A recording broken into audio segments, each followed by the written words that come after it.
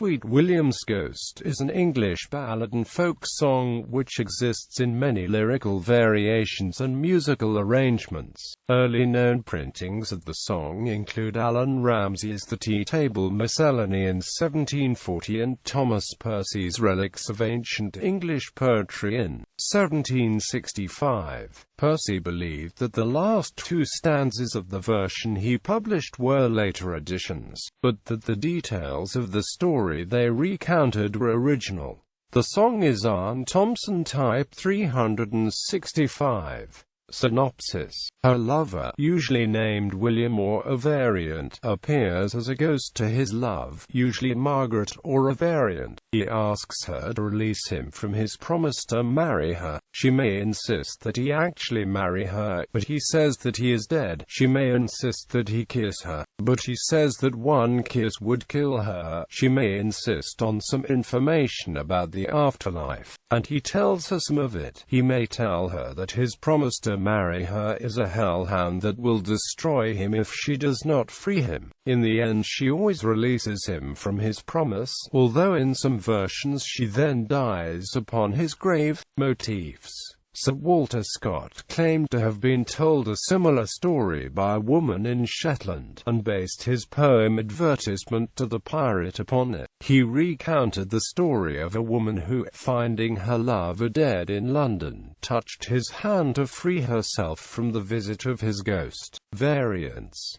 The ballad shows the influence of Clark Saunders and Proud Lady Margaret. Other ballads with a similar theme include Fair Margaret and Sweet William. The Unquiet Grave, a Canadian version of this ballad, exists entitled Lady Margaret, similar in structure to an American ballad of the same name based upon Fair Margaret and Sweet William. This form of ballad is also known in many Scandinavian variants, although the ghost returns not for its freedom from its pledge, but because the woman's grief is harming it. This ballad was one of 25 traditional works included in Ballads Weird and Wonderful and illustrated by Vernon Hill.